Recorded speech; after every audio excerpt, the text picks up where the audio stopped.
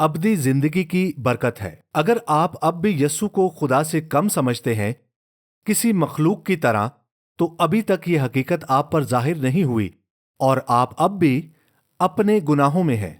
آپ نے حقیقی یسوع کو، جو نجات دہندہ اور خدا کا بیٹا ہے، آپ نے اس سے ابھی تک ملاقات نہیں کی اور آپ نے نجات نہیں پائی۔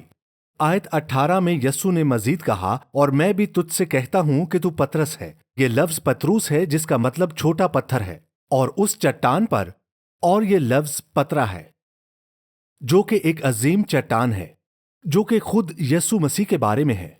وہ کہتا ہے اس چٹان پر میں اپنی کلیسیا بناؤں گا۔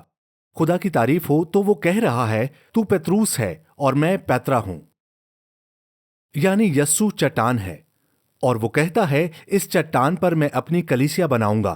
تو مسیح کی کلیسیا جو ان سب پر مشتمل ہے، جو مسیح پر ایمان رکھتے ہیں، خود مسیح کی بنیاد پر قائم ہے۔ یہاں پترس کو تمام ایمانداروں کے لیے ایک نمونہ کے طور پر استعمال کیا گیا ہے، ان تمام ایمانداروں کی مثال کے طور پر جو خدا سے یہ مکاشفہ پاتے ہیں کہ مسیح خدا کا بیٹا ہے، اور وہ اسے قبول کرتے ہیں، اس پر ایمان لاتے ہیں اور اقرار کرتے ہیں کہ یسوع ان کا خداوند اور خدا ہے۔ عزیزو، اس پر غور کریں۔ پترس کے ایمان کے اقرار کے جواب میں یسوع نے اسے یقین دلایا کہ وہ ابدی زندگی سے نوازا گیا ہے، اور اب وہ ایک زندہ پتھر ہے جو خود مسیح کی بنیاد پر اس کی کلیسیا یعنی زندہ خدا کی ہیکل کا حصہ ہے۔ اسی طرح جب کوئی شخص مسیح پر اپنے خداوند اور خدا کے طور پر ایمان لاتا ہے اور بھروسہ کرتا ہے، متحد ہو جاتا ہے، جو اس کی نجات کی چٹان، اس کی بنیاد، اس کی راست بازی اور اس کی زندگی بن جاتا ہے، اور اسی طرح وہ ابدی زندگی پاتا ہے اور اس کی کلیسیا کا حصہ بن جاتا ہے۔ اور یسوع نے اپنی نجات کے وعدے کی تصدیق ان الفاظ کے ساتھ کی کہ عالم ارواح کے دروازے اس پر غالب نہ آئیں گے۔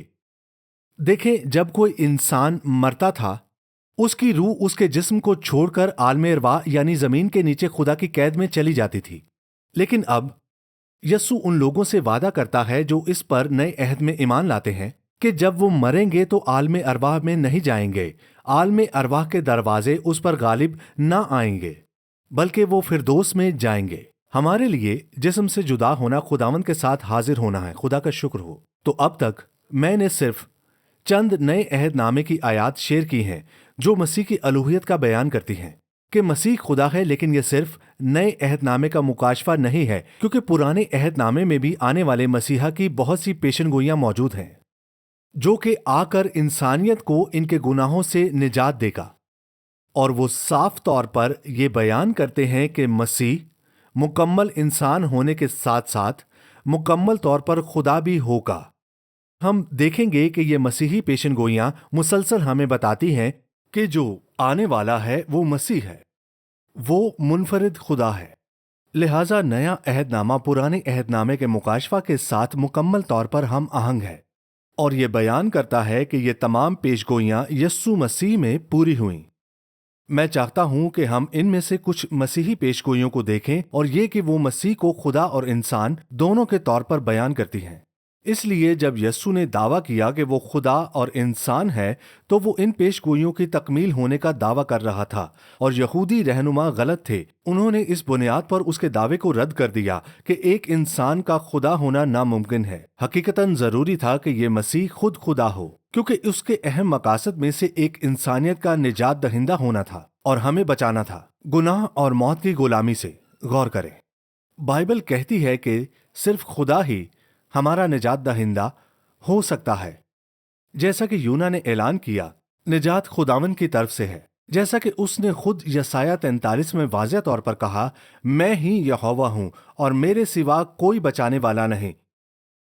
اب ہم ان پیش گوئیوں میں سے کچھ کو دیکھنا شروع کریں گے۔ سب سے پہلا حوالہ پیدائش 15:3 میں ہے، اور یہ خدا کی طرف سے دیا گیا تھا بالکل اسی وقت جب انسان نے گناہ کیا، اور وہ کہتا ہے، دراصل وہ شیطان سے مخاطب ہے اور کہتا ہے، اور میں تیرے اور عورت کے درمیان اور تیری نسل اور عورت کی نسل کے درمیان عداوت ڈالوں گا۔ اور یہاں کلیدی کردار عورت کی نسل ہے۔ وہ تیرے سر کو کچلے گا اور تو اس کی ایڑی پر کاٹے گا۔ یہ ایک آنے والے فاتح کی پیش گوئی تھی، ایک آدمی جو عورت سے پیدا ہوگا اور شیطان کو اپنے قدموں تلے رون ڈالے گا، اور اس طرح انسانیت پر اس کے اختیار کو ختم کرے گا، اور ساتھ ہی ساتھ وہ سانپ یعنی شیطان کے ہاتھوں ڈسا جائے گا اور گناہ کا زہریلا اثر اپنے اندر لے لے گا، جس نے ہمارے گناہوں کا زہر اپنے اوپر لے لیا۔ دیکھیں، جب وہ صلیب پر مرا، خدا کا شکر ہو، اور پھر اپنی فتح مند قیامت کے ذریعے اس نے شیطان کو اپنے قدموں تلے رون ڈالا۔ فاتح عورت کی نسل کے طور پر بیان کیا گیا ہے، جس کا مطلب ہے کہ اس کا کوئی انسانی باپ نہیں ہوگا، جو کنواری کے ذریعے پیدائش کی پیش گوئی ہے۔ چونکہ گناہ کی فطرت آدم سے مرد کے ذریعے منتقل ہوتی ہے، اس لیے اس کا مطلب ہے کہ باقی انسانوں کے برعکس وہ بغیر گناہ کے پیدا ہوگا۔ اس کا مطلب یہ ہے کہ چونکہ اس کا کوئی انسانی باپ نہیں ہوگا، خود خدا اس کا باپ ہوگا، دوسرے لفظوں میں وہ خدا کا بیٹا ہوگا، تاکہ وہ خود الہی ہو، یعنی خدا مجسم ہو کر ظاہر ہو۔ اس کی تصدیق حوا کے اس بیان سے ہوتی ہے جب اس نے اپنے پہلے بیٹے کا نام قائن رکھا، اور آدم اپنی بیوی حوا کے پاس گیا اور وہ حاملہ ہوئی اور اس کے قائن پیدا ہوا۔ تب اس نے کہا، مجھے خداوند سے ایک مرد ملا۔ یہ غلط ترجمہ ہے، کیونکہ وہاں سے لفظ عبرانی میں نہیں ہے۔ اس کا لفظی مطلب ہے میں نے ایک مرد حاصل کیا، خداوند، اور وہ یہوہ ہے۔ یا پھر دوسرے الفاظ میں نے ایک مرد حاصل کیا یعنی یہوہ۔ اور حوا نے یقین کیا کہ وہ وعدہ شدہ مسیحا خود خدا ہوگا جسمانی طور پر، اور اس میں وہ درست تھی، لیکن اس نے یہ سوچ کر جلدی کر دی کہ یہ قائن ہے۔ اسے جلد ہی احساس ہو گیا کہ قائن بے گناہ مسیحا نہیں ہے، حقیقت میں وہ ایک شرارتی لڑکا تھا۔ تو اب یسایہ 7:14 اس کہانی کو آگے بڑھاتا ہے اور تصدیق کرتا ہے کہ یہ مسیحا عورت کی نسل خود خدا ہوگا۔ خدا ایک نشان بخشے گا۔ دیکھو، ایک کنواری، وہی کنواری جس کی پیش گوئی پیدائش 3:15 میں کی گئی تھی، حاملہ ہوگی اور بیٹا پیدا ہوگا، اور وہ اس کا نام ایمانویل رکھے گی، جس کا مطلب ہے خدا ہمارے ساتھ۔ تو یہاں ایک انسانی بچہ ہے جو خدا بھی ہے۔ دیکھیں، یہاں عورت کی نسل کو ایمانویل کہا گیا۔ وہ خدا انسان ہے، اور نئے عہد نامے کا دعویٰ ہے کہ یہ پیش گوئی یسوع کے ذریعے پوری ہوئی۔ متی میں لکھا ہے، اس کا بیٹا ہوگا اور تو اس کا نام یسوع رکھنا، کیونکہ وہی اپنے لوگوں کو ان کے گناہوں سے نجات دے گا۔ یہ سب کچھ اس لیے ہوا کہ جو خداوند نے نبی کی معرفت کہا تھا وہ پورا ہو، کہ دیکھو، ایک کنواری حاملہ ہوگی اور بیٹا جنے گی، اور اس کا نام ایمانویل رکھے گی، جس کا ترجمہ ہے خدا ہمارے ساتھ۔ پھر یسایہ 9:6 میں اس خدا انسان مسیحا کی مزید وضاحت پیش کرتا ہے۔ اس لیے ہمارے لیے ایک لڑکا تولد ہوا۔ یہ اس کی انسانیت کو بیان کرتا ہے، اور ہم کو ایک لڑکا بخشا گیا۔ یہ اس کی الوہیت کو بیان کرتا ہے، کیونکہ اس کا مطلب ہے کہ وہ پہلے سے موجود ہے، خدا کا ازلی بیٹا جو ہماری نجات کے لیے ہمیں دیا گیا ہے۔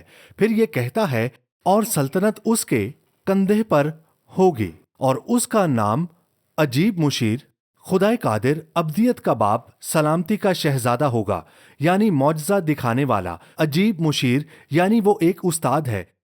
در حقیقت یسایہ 10 باب اور اس کی 21ویں آیت، یہی نام اس انداز میں استعمال ہوا ہے جو واضح طور پر خدا کے بارے میں بات کرتا ہے۔ اس میں لکھا ہے، ایک بقیہ یعنی یعقوب کا بقیہ خدائے قادر کی طرف پھرے گا، اور پھر یہ ختم ہوتا ہے کہ وہ ہمیشہ کا باپ ہوگا، جس کا مطلب ہے ہمیشہ کی زندگی کا ماخذ اور امن کا شہزادہ۔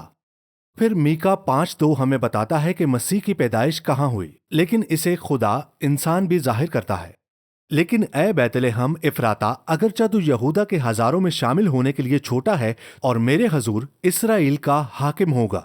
یہاں ایک بچے کے طور پر اس کی وضاحت کرتا ہے، لیکن یہ واضح طور پر بیان کرتا ہے کہ اس کی اصل ابتدا بیت لحم میں نہیں ہے، کیونکہ یہ کہتا ہے، اور اس کا مصدر زمانہ سابق، ہاں، قدیم الایام سے ہے۔ دوسرے لفظوں میں یہ اس کی الوہیت کو بیان کرتا ہے۔ تو یہ کہنے کے بعد کہ وہ بیت لحم میں ایک بچے کے طور پر پیدا ہوگا، پھر یہ زور دیتا ہے کہ وہ دوسرے انسانوں سے مختلف ہوگا، کیونکہ اس کی انسانی پیدائش اس کے وجود کی ابتدا نہیں ہے، بلکہ اس کی اصل ازل سے ہے۔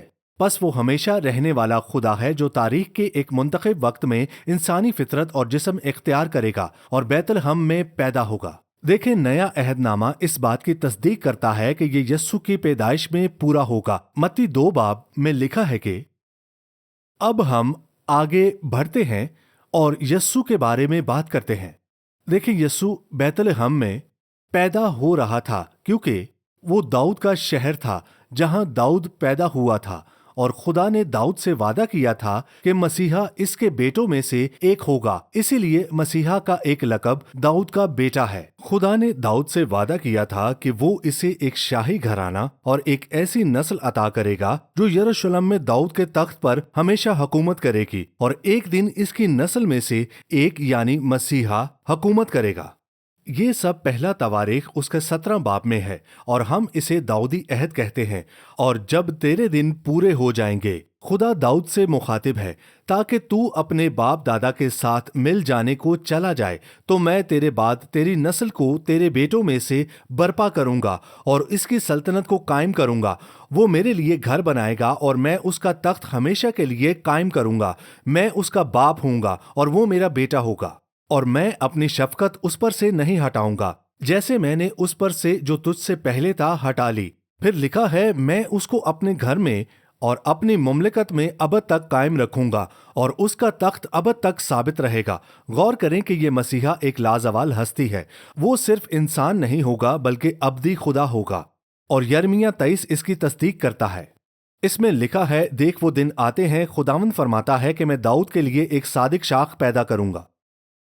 دیکھیں، اس کو صادق کی شاخ کہا گیا ہے، اور اس کی بادشاہی ملک میں اقبال مندی اور عدالت اور صداقت کے ساتھ ہوگی، اور یہ راست باز شاخ جو داؤد میں سے بادشاہ بن کر آئے گی، اس کی انسانیت میں وعدہ شدہ مسیحا کی طرف اشارہ کرتی ہے۔ لیکن اگلی آیت بھی اس وضاحت سے اس کی الوہیت کے بارے میں بیان کرتی ہے۔ اس میں لکھا ہے، اس کے ایام میں یہودا نجات پائے گا اور اسرائیل سلامتی سے سکونت کرے گا، اور اس کا نام یہ رکھا جائے گا، خداوند ہماری صداقت۔ اس کا نام خدا کے ناموں میں سے ایک ہے۔ اسے یہوہ کہا گیا ہے۔ اگر وہ خدا نہ ہوتا تو اسے یہوہ کا نام دیا جاتا، کیونکہ خدا یسایہ 42 میں فرماتا ہے، میں خدا ہوں، یہوہ میں ہوں، یہی میرا نام ہے۔ میں اپنا جلال کسی دوسرے کے لیے اور اپنی حمد کھو دی ہوئی مورتوں کے لیے روانہ رکھوں گا، لہٰذا کسی اور کو خدا یا یہوہ کہنا غلط ہے، کیونکہ دیکھیں مسیحا ہی خود یہوہ ہے۔ اور زبور 2 اس مسیحا بادشاہ کو خدا کا بیٹا کہتا ہے۔ خداوند اور اس کے مسیح کے خلاف زمین کے بادشاہ صرف آرائی کر کے اور حاکم آپس میں مشورہ کر کے کہتے ہیں، خداوند اور اس کے ممسوح یعنی اس کے مسیحا کے خلاف کہتے ہیں، آؤ ہم ان کے بندھن توڑ ڈالیں اور ان کی رسیاں اپنے اوپر سے اتار پھینکیں۔ وہ جو آسمان پر تخت نشین ہے ہنسے گا، خداوند ان کا مضحکہ اڑائے گا، پھر وہ اپنے غضب میں ان سے کلام کرے گا اور اپنے سخت قہر میں انہیں گھبرا دے گا۔ پھر بھی میں نے اپنے بادشاہ کو اپنے مقدس کوہ سیون پر بٹھا دیا ہے۔ آئیں ایک اور آیت پڑھتے ہیں۔ 7 آیت میں ممسوح بادشاہ بولتا ہے، میں اس فرمان کو بیان کروں گا، خداوند نے مجھ سے کہا، تو میرا بیٹا ہے، آج تو مجھ سے پیدا ہوا، مجھ سے مانگ اور میں قوموں کو تیری میراث کے لیے اور زمین کے انتہائی حصے تیری ملکیت کے لیے تجھے بخشوں گا۔ پس یہ ممسوح بادشاہ مسیحا خدا کا الہی بیٹا بھی کہلاتا ہے، جو ساری زمین پر حکومت کرے گا۔ زبور 72 اس کی 19 آیت میں داؤدی مسیحا بادشاہ کی حکومت کو بیان کرتا ہے۔ اس کی حکومت کی مکمل کاملیت، مطلق راست بازی، لامتناہی مدت اور عالمگیر وسعت اسی وعدہ شدہ مسیحا کی حکومت ہو سکتی ہے جب ساری زمین خدا کے جلال سے بھر جائے گی۔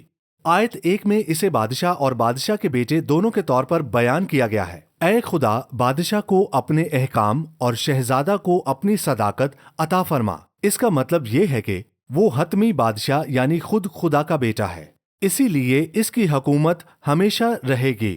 لکھا ہے، جب تک سورج اور چاند قائم ہے، لوگ نسل در نسل تجھ سے ڈرتے رہیں گے۔ اس کے ایام میں صادق برومند ہوں گے، اور جب تک چاند قائم ہے، خوب امن رہے گا۔ اس کی سلطنت سمندر سے سمندر تک اور دریائے فرات سے زمین کی انتہا تک ہوگی، بلکہ سب بادشاہ اس کے سامنے سرنگو ہوں گے، کل قومیں اس کی مطیع ہوں گی۔